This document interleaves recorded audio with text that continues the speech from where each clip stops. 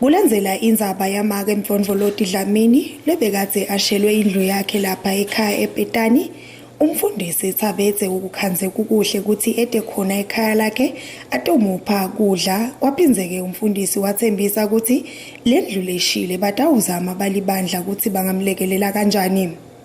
Thina siqhamuke ebandleni sihluthulelwa sesizona uMathapha lapha ngasemathangeni silesenama impuphu ne-rice amabhontshisi kumele bapheshe balakhaya ngoba kubonakele ukuthi bashayelwe sesisazivete nasilesinawo silibandla. Engabe lokudla lokuqhamuka kuwe njengenciko yasomandla noma kuhlanganiswe ngelolu bandla?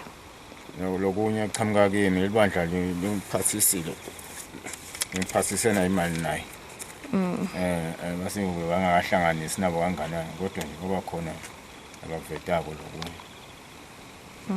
Engabe info lenivamile enivele kuyentana libandla ukuthi nikelele labatsinga lusito?